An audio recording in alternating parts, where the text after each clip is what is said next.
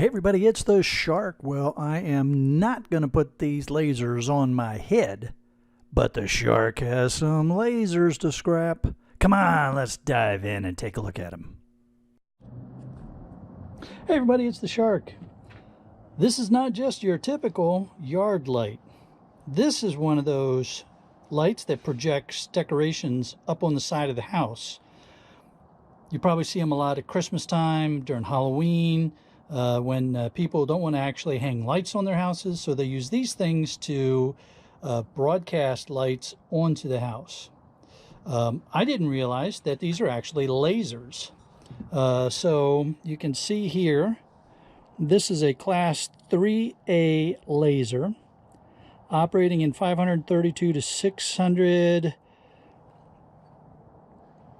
nanometer wavelength, or is that 680 nanometer wavelength? Anyway, so that's what determines what colors it's putting up on the house. And it says max output less than 5 milliwatts. Anyway, it's a laser product. Don't stare directly down in there, guys. But I thought it might be fun to scrap it. Could be boring, I don't know. What's interesting is, look at that, triangle screws. I've only seen that one other time. Little triangle screws. Fortunately, my kit has a triangle screw head, so I can get at it. And then these thumb screws back here are just Allen's. All right, so we're going to get in here and see what we can get. Now this housing feels like aluminum, so we're gonna see what we got going here. I'm gonna unscrew that thing and then I'll come back. Okay, so we got the screws out. Faceplate comes off. That's just cast aluminum. Okay, cast aluminum. And then we have the aperture here.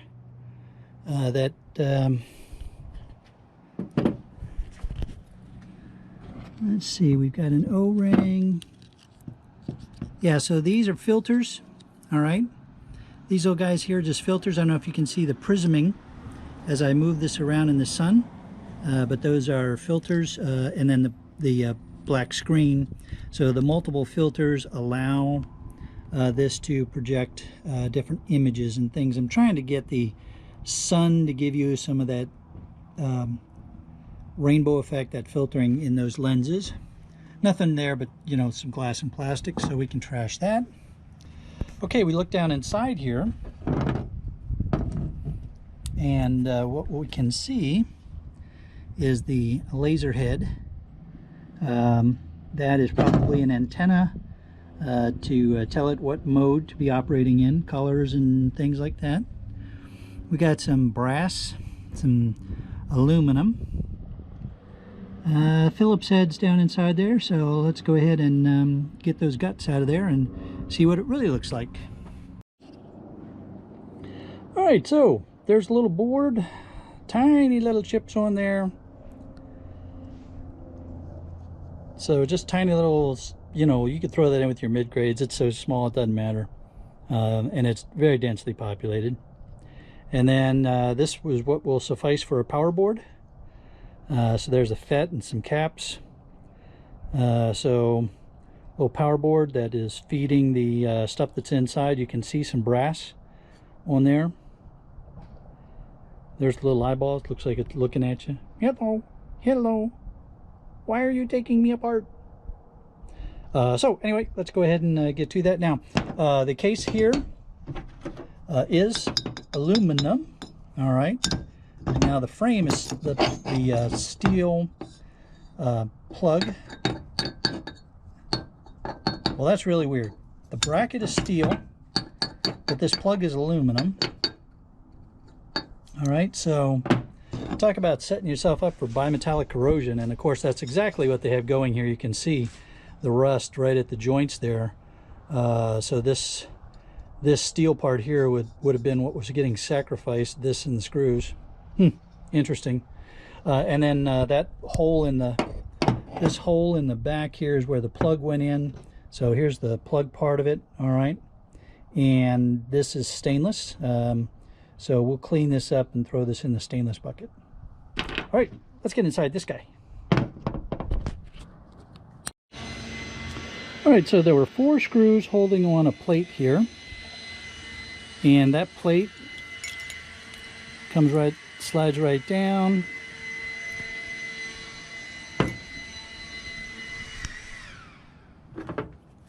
And let's get you out of the way. All right, so we got a plate with brass, and the plate is aluminum. So we'll just pull the brass off this aluminum. There are just some plugs in there, so that'll come off nice and easy. These, by the way, are stainless. These are ferrous. This is a nice big heat sink. I'm thinking these 2 are keeper screws to keep the electronics in place. So let's go ahead and get them out. And right there we've got keeper screw and keeper screw. All right, so we'll pull those out, see where that takes us. Okay, so having removed those keeper screws, the electronics comes out pretty easy now.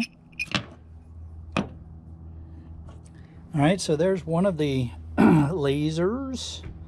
That's all I want is sharks with lasers on their head. Oh, I need to go find me a shark. Put a laser on there.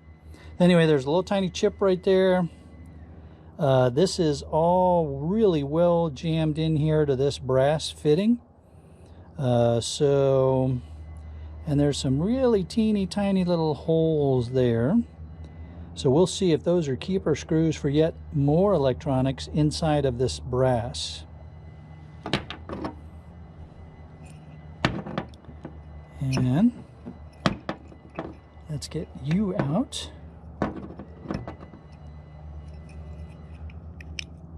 And that one is in plastic.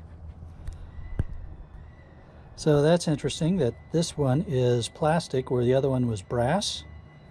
Don't understand why, but again, it's got, you know, just some little tiny components right there. No big deal. There's a little bit of brass inside there. And there's a couple more things stuck in there. They're not pulling out. They appear to be glued in. So we'll have to see what's going on with that.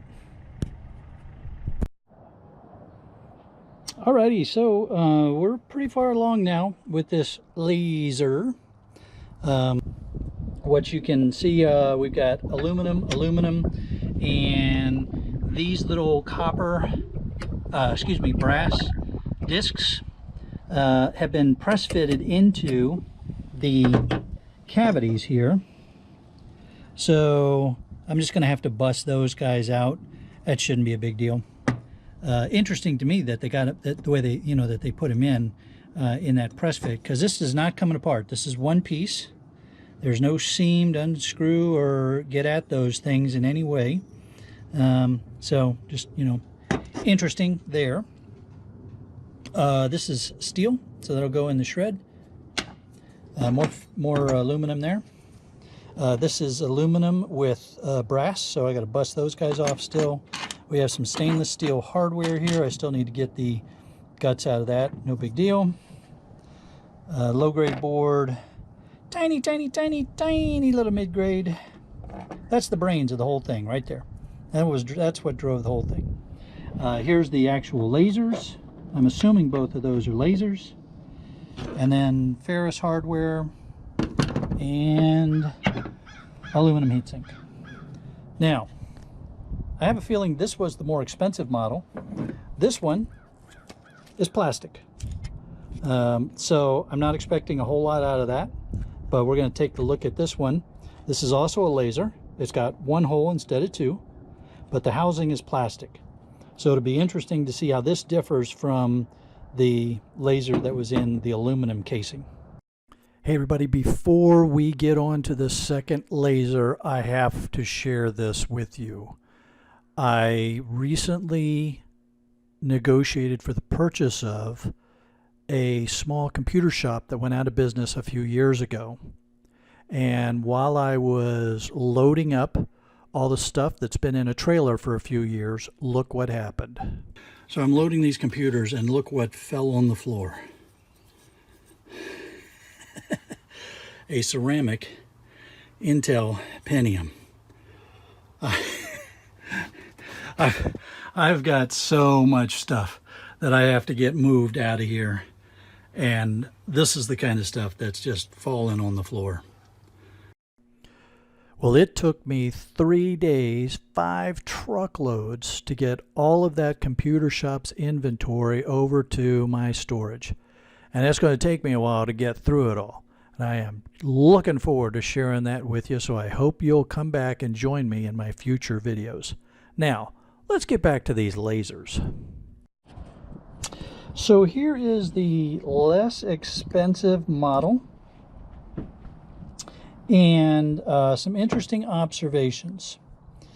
This is still an aluminum heatsink here, and that is compared to this aluminum heatsink here.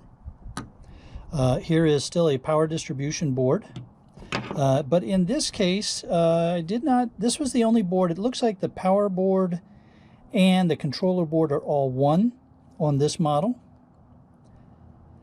and they were all mounted to this plastic bracket.